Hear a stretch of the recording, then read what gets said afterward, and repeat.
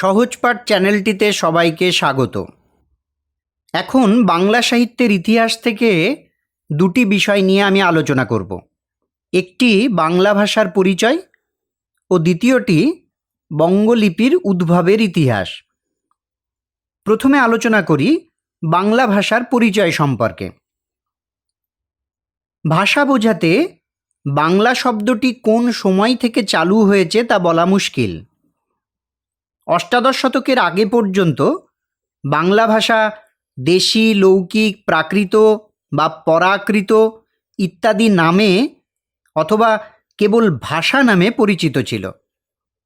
শিক্ষিত সম্প্রদায় ভাষা বলতে বুঝতেন দেবভাষা বা শাস্ত্রের ভাষা সংস্কৃতকে, আর তাদের মাতৃভাষা দেশি বা বাঙ্গালাকে। সাধারণ মানুষ তো দূরস্থ, অনেক তথাকথিত শিক্ষিত ব্যক্তিত্ব সংস্কৃত, প্রাকৃত, অপভ্রংশ, অবহট্টের নাম জানতেন না।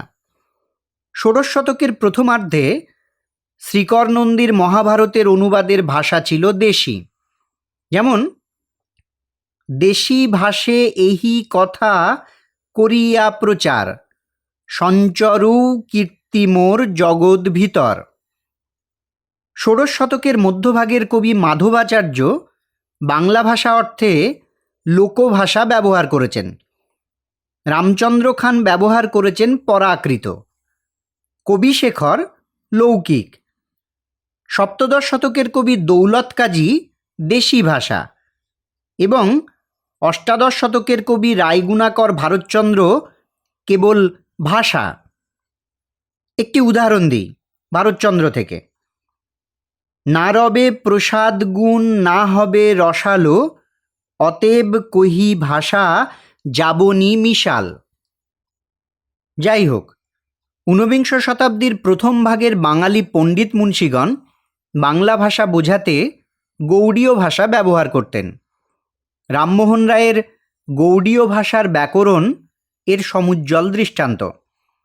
বঙ্গভাষ শব্দটির প্রয়োগ প্রথম দেখা যায় উমাচরণ মিত্র ও প্রাণকৃষ্ণ মিত্র প্রণীত গোলে বকা অলি ইতিহাসে। সেখানে লেখা হয়েছে, পারস্য হইতে এই ইতিহাস সার, ইচ্ছা হইল বঙ্গভাষে করিতে প্রচার। বিবিধার্থ সংগ্রহে মনীষী রাজেন্দ্রলাল মিত্র ব্যবহার করেছেন বঙ্গভাষা। ঈশ্বরচন্দ্র বিদ্যাসাগর ব্যবহৃত বাঙ্গালা ভাষা।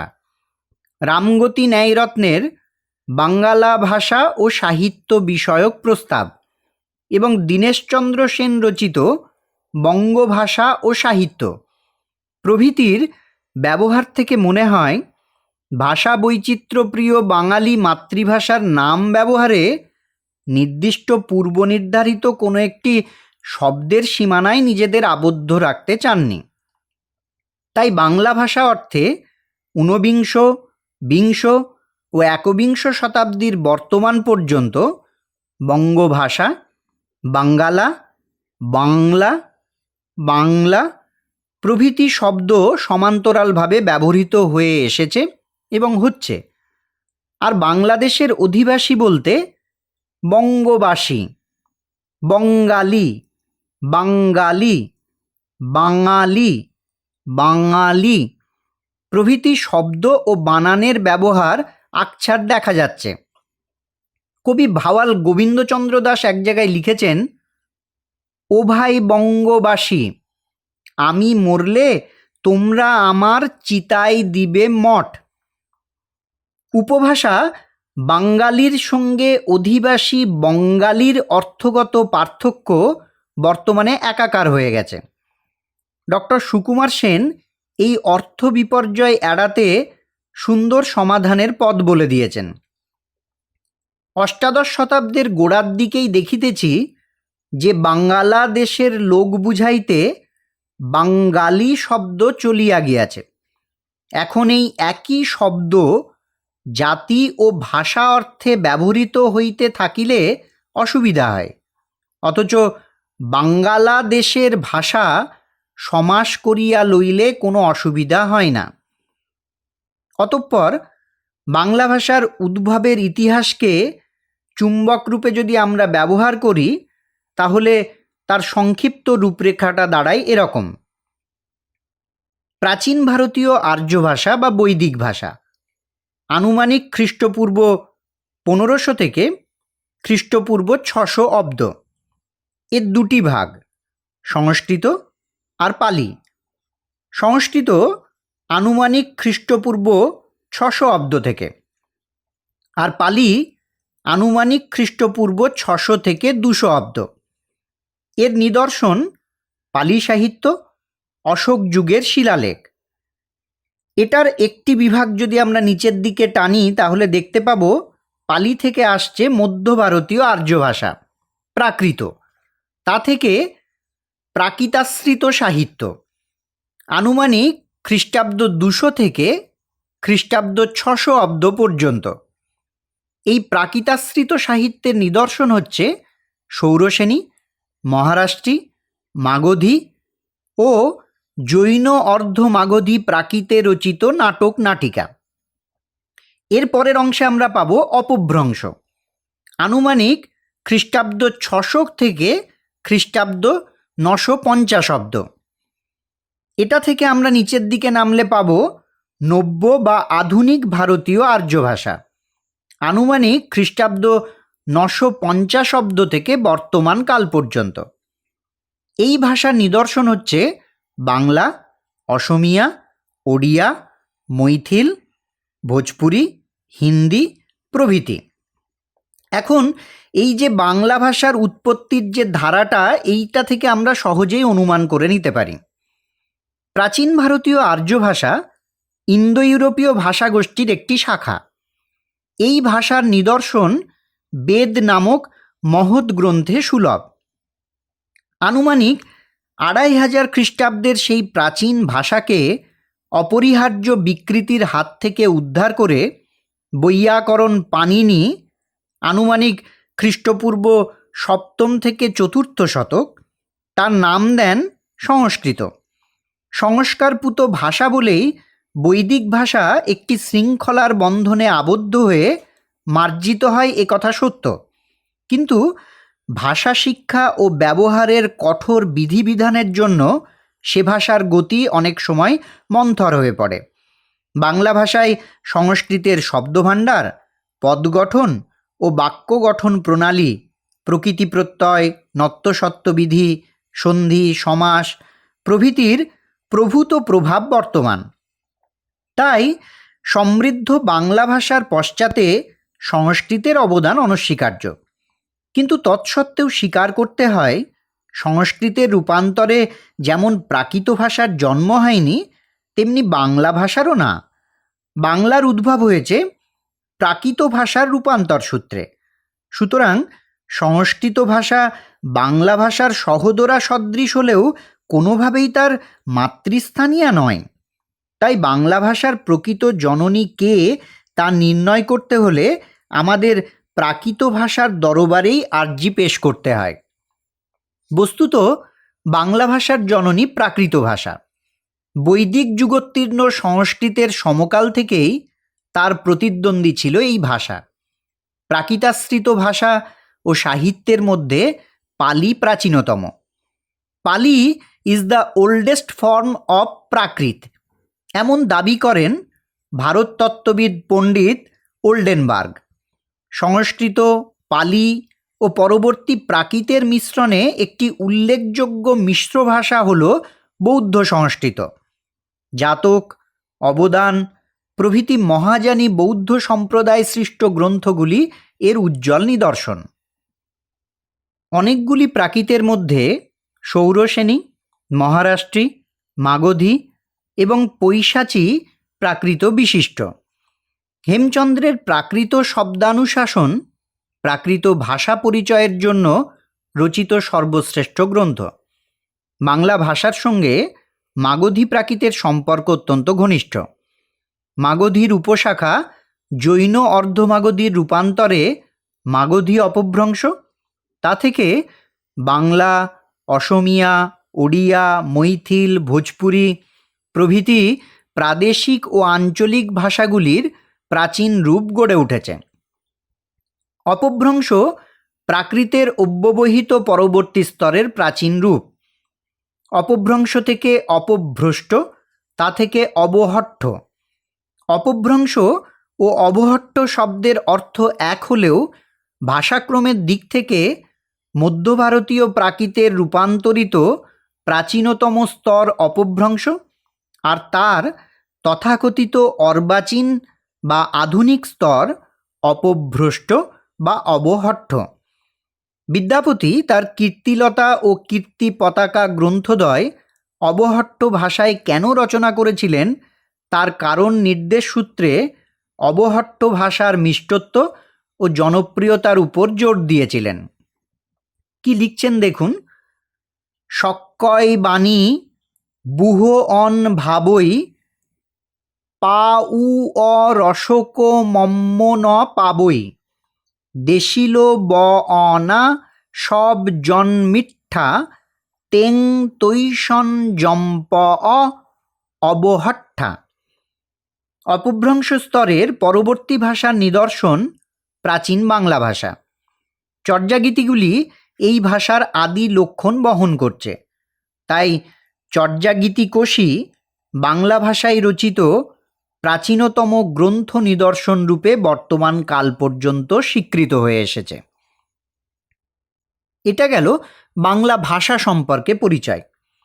এবারে বঙ্গলিপির উদ্ভবের ইতিহাস সম্পর্কে একটু আলোচনা করি। প্রসঙ্গত, ভাষার লেখ্যরূপ যার দ্বারা পরিস্ফুট হয় সেই লিপির কথাটা আমাদের একবার জেনে নিতে হয়। ভাবের বাহন ভাষা, ভাষার লিখিত রূপের মাধ্যম হচ্ছে লিপি। সভ্য দুনিয়ার ভাষায় লিপির উদ্ভবের প্রাথমিক স্তরে ছিল গ্রন্থিলিপি, পরে ভাষালিপি, তা থেকে চিত্রলিপি, চিত্র প্রতীকের সহায়তায় শব্দলিপি রচিত হয়। শব্দলিপি থেকে সৃষ্ট হয় অক্ষরলিপি এবং অক্ষরলিপি থেকে ধ্বনিলিপি। ধ্বনিলিপিতে প্রতিটি ধ্বনির জন্য এক একটি বর্ণ ব্যবহার করা হয়ে থাকে। রোমক লিপি এই পর্যায়ে পড়ে। বাংলা ও অন্যান্য নব্য ভারতীয় প্রাদেশিক ভাষার লিপি অক্ষরলিপি। পৃথিবীতে এতাবৎকাল পর্যন্ত প্রচলিত লিপিগুলিকে মোটামুটি 5টি অথবা 6টি শ্রেণীতে ভাগ করা যায়। প্রথম, সুমেরীয় লিপি। 6000 বছরের প্রাচীন এই লিপি সুমের জাতি ব্যবহার করতেন। এই লিপির বিশেষত্ব এই যে এতে ব্যবহৃত অক্ষরগুলি ছিল অনেকটা তীরের ফলার মতো। এই জন্য এই লিপির অন্য নাম বানমুখ লিপি বা কিলকাক্ষর লিপি। পারস্যের হখামনীয় লিপি অনুরূপ লিপির দৃষ্টান্ত। দ্বিতীয়ত, মিশরীয় লিপি।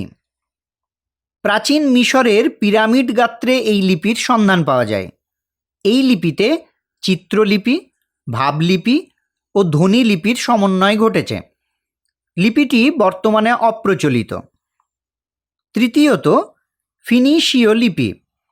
মূলত মিশরীয় লিপির উন্নততর সংস্করণ এই লিপির বিকাশ ঘটে গ্রিকদের হাতে।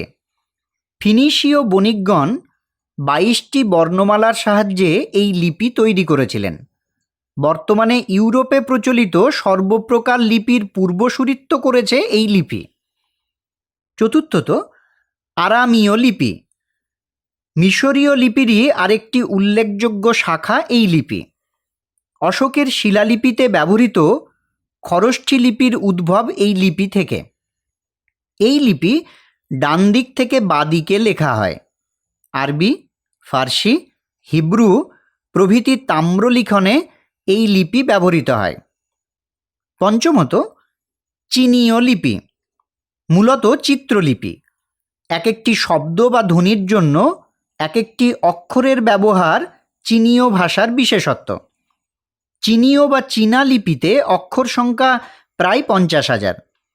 এই ভাষায় চিত্রলিপি এখনও ধ্বনিলিপিতে উত্তীর্ণ হয়নি। অন্যদিকে একই লিপির অনুসরণ করলেও জাপানি ভাষায় চিত্রলিপি থেকে ধ্বনিলিপিতে উত্তরণ ঘটায় তাদের লিপিতে অক্ষরের সংখ্যা অবিশ্বাস্যভাবে কমে দাঁড়িয়েছে মাত্র 47-এ। ষষ্ঠত, ভারতীয় লিপি। বৈদিক সাহিত্যের লেখ্যরূপ কেমন ছিল জানা যায় না। পণ্ডিতগণ বিতর্কে লিপ্ত হয়ে বৈদিক লিপির আবিষ্কারে ব্যর্থ হওয়ায় মনে হয় সাহিত্য ও সংস্কৃতিতে সমুন্নত হলেও আর্যজাতি লিপির ব্যবহার জানতেন না। মহামতি অশোকের ধর্মীয় অনুশাসন ও উপদেশাবলী খোদিত শিলালিপিকেই প্রাচীন ভারতীয় লিপি রূপে গ্রহণ করা হয়। অশোকের অনুশাসন মূলত দুই প্রকার লিপির মাধ্যমে প্রচারিত হয়েছিল, খরষ্ঠী ও ব্রাহ্মী। খরষ্ঠী লিপি ভারতবর্ষে ততটা জনপ্রিয় হয়নি, বরং সেই তুলনায় ভারতে ব্রাহ্মী লিপিরই প্রাধান্য ছিল।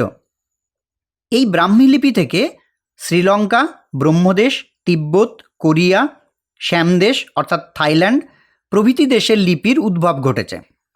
আলোচিত লিপিবৃত্তের বাইরেও অনেক অপ্রচলিত ও পাঠোদ্ধারহীন লিপি রয়ে গেছে, যেমন ক্রিট দ্বীপে প্রাপ্ত মিনোয়ান লিপি, আমেরিকার রেড ইন্ডিয়ানদের ব্যবহৃত মায়া লিপি ও আজতেক লিপি, সিন্ধু সভ্যতার যুগে ব্যবহৃত সিন্ধু লিপি প্রভৃতি। সিন্ধু লিপির পাঠোদ্ধারও আজও সম্ভব না হওয়ায় সে যুগের ইতিহাস অনেকটা আনুমানিক স্তরেই রয়ে গেছে। বাংলা লিপি ব্রাহ্মী লিপি থেকে উদ্ভূত হয়েছে। বাংলাদেশে প্রাপ্ত প্রাচীনতম লিপিটি পাওয়া গেছে বগুড়া জেলার মহাস্থানগড়ে। লিপিটি খ্রিস্টপূর্ব 3য় শতকের অশোকের সমসাময়িক এবং প্রাকৃত ভাষায় লেখা। পরবর্তী লিপিটি সংস্কৃত ভাষায় লেখা বাঁকুড়া জেলার শুশুনিয়া পাহাড়ে উৎকীর্ণ মহারাজা চন্দ্রবর্মার লিপি। লিপিটি গুপ্ত যুগের, খ্রিস্টীয় 4র্থ শতক, এবং এটিকে বাংলাদেশে বিষ্ণু উপাসনার প্রথম নিদর্শন বলে মনে হয়। গুপ্তযুগ থেকেই ব্রাহ্মী লিপির বিবর্তন সূত্রে খ্রিস্টীয় 7ম-9ম শতকের অন্তর্বর্তীকালে কুটির লিপির উদ্ভব ঘটে। পূর্ব ভারতে এই কুটির লিপি সিন্ধু মাতৃকা নামে এবং পশ্চিম ও উত্তরাঞ্চলে যথাক্রমে নাগর লিপি ও সারদা লিপি নাম পরিচিত। কুটির লিপি জাত বঙ্গলিপির প্রাচীনতম নিদর্শন পাওয়া যায় নারায়ণ পালের তাম্রশাসনে। লিপিটি পাল লিপি নামে সুপরিচিত। সেন আমলে প্রচলিত মহারাজা লক্ষণ সেনের তর্পণদিঘি লিপিগুলিও এ প্রসঙ্গে উল্লেখযোগ্য। এই সকল লিপি ছিল মূলত হস্তলিখিত ও খোদাই করা, কেননা ইংরেজগণ এদেশে আসার আগে এদেশে সুষ্ঠু মুদ্রণ ব্যবস্থা প্রচলিত হয়নি এবং লিপিরও কোনো নির্দিষ্ট মান গড়ে ওঠেনি। বাংলায় মুদ্রিত লিপির প্রাচীন নিদর্শন পাওয়া গেছে 1692 সালে রচিত একটি পুঁথিতে। 1725 খ্রিস্টাব্দে জার্মানিতে মুদ্রিত ইউরেনজেব নামক একটি গ্রন্থে বাংলা অক্ষরে কয়েকটি সংখ্যা এবং শ্রী সরজন্ত বলপকাং মার এই ব্যক্তি নামটি মুদ্রিত হতে দেখা যায়। যতদূর জানা যাচ্ছে তাতে মনে হয় ন্যাথানিয়েল ব্রাসি হ্যালহেডের বাংলা ব্যাকরণ, a grammar of the Bengali ল্যাঙ্গুয়েজই ভারতবর্ষে বাংলা লিপিতে মুদ্রিত প্রথম গ্রন্থ। এই গ্রন্থে বাংলা অক্ষরের ছাঁচ তৈরি করেছিলেন হুগলির প্রসিদ্ধ ঢালাই শিল্পী পঞ্চানন কর্মকার ও তার জামাতা মনোহর কর্মকার। অতঃপর ইস্ট ইন্ডিয়া কোম্পানির উদ্যোগে হুগলি কুঠির ইংরেজ লেখক চার্লস উইলকিন্সের সহযোগিতায় প্রাচীন বাংলা পুঁথির অক্ষরের সঙ্গে কালীকুমার রায় ও খুশমত মুন্সি নামক হস্তলিপি বিশারদদ্বয়ের হস্তাক্ষর মিলিয়ে সেই আদলে আদর্শ বাংলা অক্ষর তৈরি হয়। বর্তমানেও উইলকিন্স নির্দেশিত অক্ষরের আদর্শ বাংলা মুদ্রণে চালু আছে, যদিও বিদ্যাসাগর মহাশয়ের দ্বারা সেই লিপিরও খানিকটা সংস্কার হয়েছিল বলে কোনো কোনো বিদ্বজ্জন দাবি করেন। আজকের আলোচনা থেকে তাহলে আমরা দুটো বিষয় সম্পর্কে জানতে পারলাম। একটি হলো বাংলা ভাষার পরিচয় এবং আরেকটি বঙ্গলিপির উদ্ভবের ইতিহাস। পরবর্তী ভিডিওগুলোতে বাংলা সাহিত্যের ইতিহাসের আরও অন্যান্য দিক নিয়ে আমি আলোচনা করব। ভালো লাগলে চ্যানেলটিকে সাবস্ক্রাইব করুন ও পাশে থাকা বেল আইকনটি প্রেস করুন সবার আগে ভিডিওর নোটিফিকেশান পাওয়ার জন্যে।